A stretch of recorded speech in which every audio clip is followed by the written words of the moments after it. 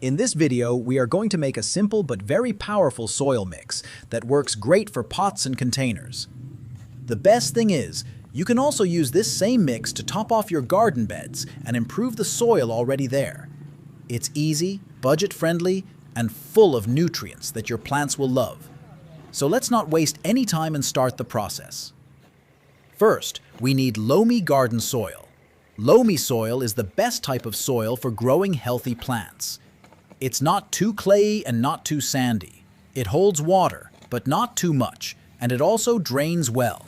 This balance helps plant roots to breathe and grow properly.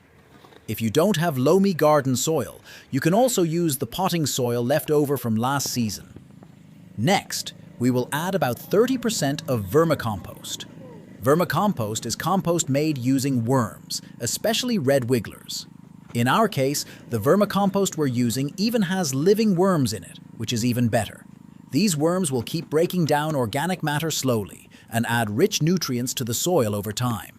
Vermicompost improves soil structure, increases water-holding ability, and provides a natural source of nutrients for plants. If you don't have vermicompost, you can also use well-rotted compost or manure. Now comes the third ingredient, kitchen waste.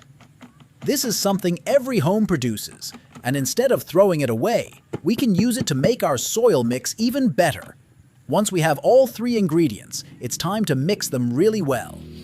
Mix the loamy soil, vermicompost, and chopped kitchen waste until everything looks evenly blended. In our kitchen waste, we are using things like banana peels, mango peels, onion peels, and leftover pieces of vegetables.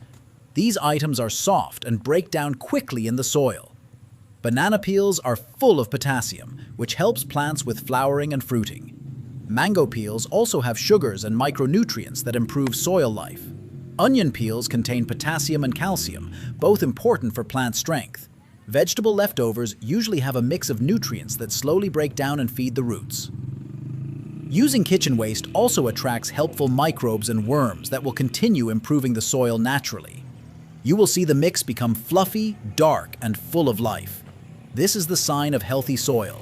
It will smell earthy and fresh, not bad or rotten. Now take your container. Make sure it has drainage holes at the bottom. This is very important because if water stays in the container, it will rot the roots and kill your plants. If the container doesn't have holes, make a few at the bottom using any sharp tool. Once that's done, start filling the container with your mixed soil. Press it lightly, but don't compact it too much. Roots need some air in the soil to grow properly.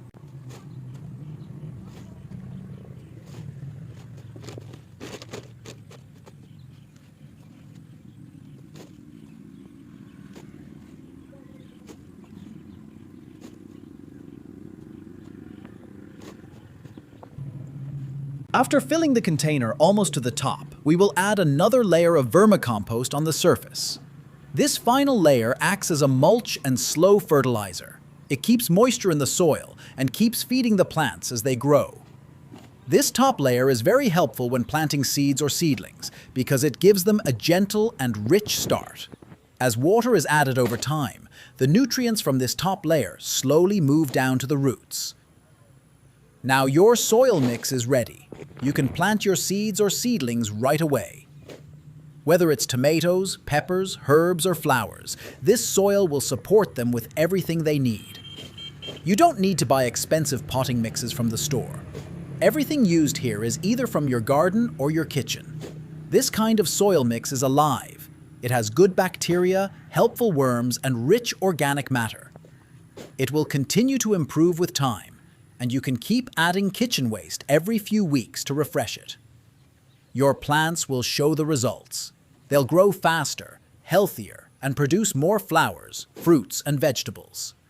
So, next time, before throwing away those peels or buying fancy soil from the store, remember this simple recipe. It's natural, it's easy, and it works. If you found this video helpful, don't forget to check our channel for more videos like this.